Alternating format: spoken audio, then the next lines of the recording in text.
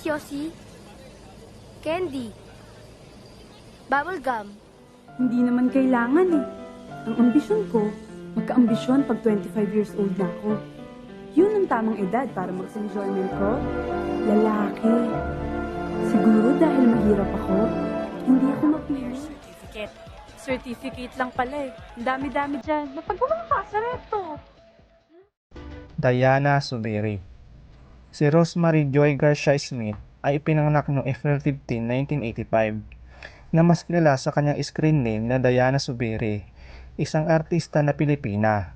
Natuklasan siya ng Seiko Films noong siya ay 15 taong gulang pa lamang. Pagkatapos na mag-apply para sa trabaho sa Japan, nagkaroon siya ng 16 role sa iba't ibang mga pelikula ng Seiko Films noong October 2002. Si Diana Subiri ay naging tanyag sa Pilipinas matapos na mag-post siya sa ibabaw ng EDSA show flyover sa Mandaluyong City na may suot na two-piece na nakabikini lamang. Ang photoshoot para sa FHM Philippines ay nagbunsod ng kontrobersya at nag-udyok sa alkalde noon ng Mandaluyong City na si Benhur Abalos. Nagsampa ng kaso laban kina Subiri at FHM, ngunit kalaunan ay binawi ito pagkatapos na humingi ng tawad sina Subiri. Noong 2005, unti-unting umalis si Subiri mula sa mga siksing pelikula at nagpatuloy siya na maging isang artista sa TV sa GMA Network. Isa mga kilalang role niya ay ang paglalarawan kay Divina sa drama series na Linlang at Danaya sa Encantadia Fantaserie. Naging regular cast at member din siya sa sketch comedy program na Bubblegum at pinagbibidahan sa drama series kasama ang Babangon Ako't Dudurugin Kita, Gaano Kadalas Ang Minsan at Nita Negrita. Noong 2012, makalipas ang 9 na taon na pananatili sa GMA Network, lumipat siya sa karibal na network na ABS-CBN at pumirma ng 3 taong eksklusibong kontrata. Sa mga mas batang taon niya, maraming beses na nag-apply si Subiri sa talent center ng ABS-CBN bago siya pumunta sa Japan. Ngunit tinanggihan siya. Noong 2015, bumalik ulit siya sa kanyang home network na GMA Network. Nung si Subiri ay 8 taong gulang, iniwan siya ng kanyang ama at ang kanyang nakakatandang kapatid na babae. Ang kanyang ina ay nasa Olongapo na may negosyong isang sari-sari store. Nang maglaon ay lumipat ang pamilya sa Fairview, lungsod ng Quezon at nag-rent ng bahay.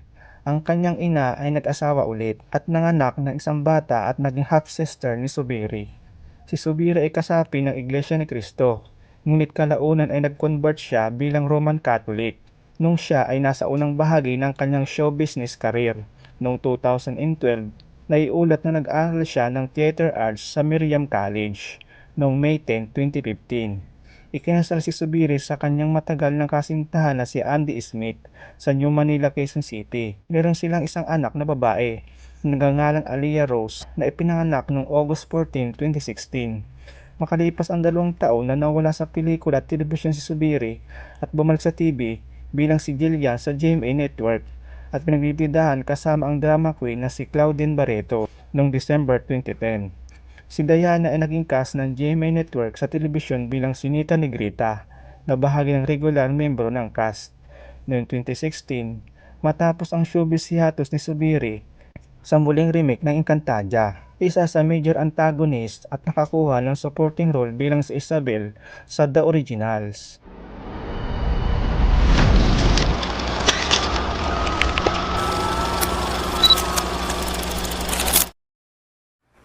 Naglaho ang lahat. Pero ang bakas ito'y magsisilbing lakas upang matutunang talikuran ng lahat. Kanina ko pa hinahanap ang aso ko eh. Hindi naman siguro siya ang pinagpipiyesta ng mga sikmura niyo. Hoy mga askal, pipili kayo ng babasosin niyo ah.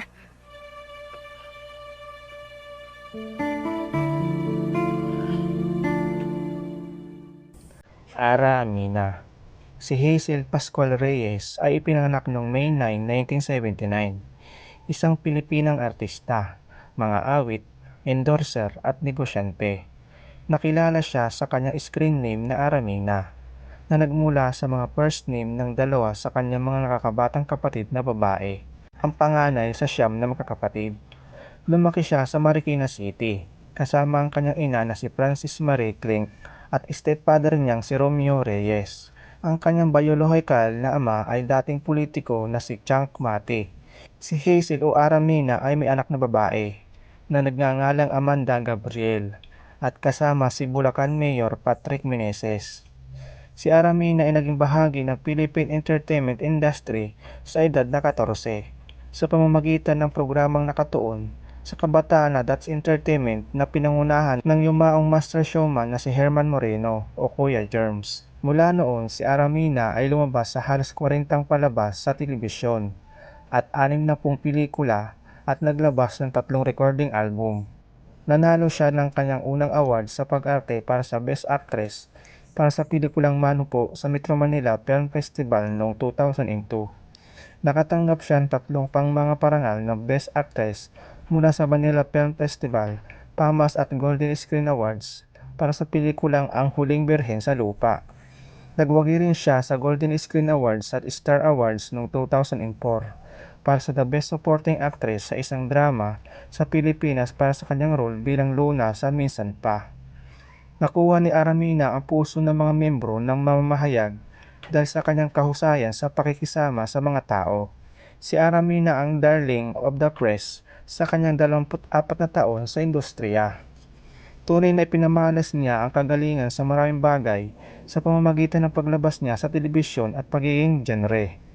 Mula sa mga sitcom hanggang sa mga bigate mga drama, ang Super Clink ang kanyang unang sitcom sa telebisyon, kung saan siya ang naging bayani, kung saan nagpakita siya ng kanyang makasanayan sa comic at liksi.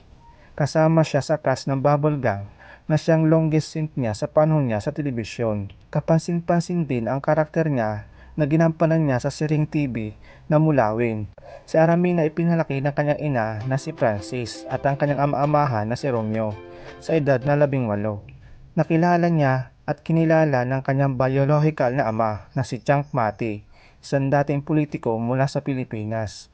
Ang artista rin si Christine Reyes ay ang kanyang kapatid na babae.